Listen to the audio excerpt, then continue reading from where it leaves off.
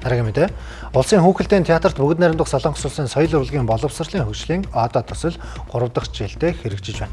Энэ жилийн хувьд жижигшсэн театрын бүтээлийг хэрхэн хийх вэ сэдвээр бүгд найрамдах Солонгос улсын багш мэргэжилтнүүд сургалт өгч байна. 2023 оноос улсын хүүхэлдэйн театрт бүгд найрамдах Солонгос улсын одоо төсөл хэрэгжиж, энэ жил 3 дахь удаага бүгд найрамдах Солонгос улсын театрын урлагийн багш нар Монголын уран бүтээлчид өөрсдийн туршлага мэдлэгээ хуваалцаж байна. За энэ удаад олон улсад тренд болж байгаа жижигсгсэн театрын бүтээлийг хэрхэн дэглэх талаар сургалтыг орж байна.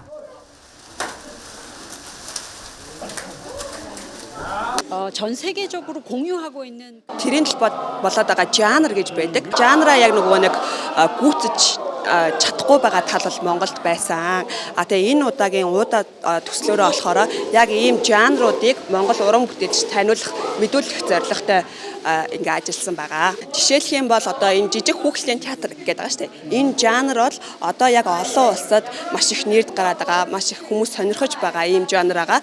Тэгээ энэ жанрыг, энэ төрлийг Монголын одоо хүүхдэйн театрын уран бүтээлчд мэдүүлж таниулах гол зорилго агуулсан Монголд ингээ хүрэлцэн ирсэн байгаа. 공유하는 것이 저희의 이번 방문의 목표라고 할 수 있습니다. 24 онд авсан сургалтаараа бид нар 25 онд одоо морин хуураг хэмээх уран бүтээлээрээ бид нар олон шагналыг хүртлээ.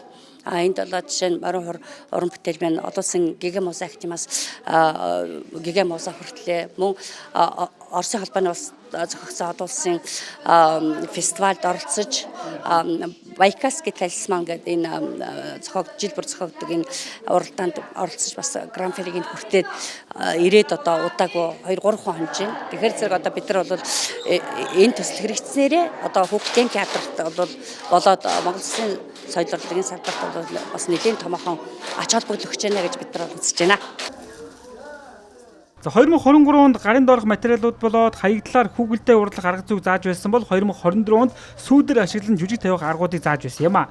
За тухайбарт улсын хүүхэлдэйн театрын зүгээс өөрсдийн сурч мэдсэний ашиглан шинэ уран бүтээлүүдэд холилуулж олон уралдаан тэмцээнд амжилт үзүүлж байсан. За энэ удаад жижигсгсэн театрын бүтээл улсын хүүхэлдэйн театрын бас нэгэн сонирхолтой бүтээл болно гэсэн хүлээлт үүсэж байна.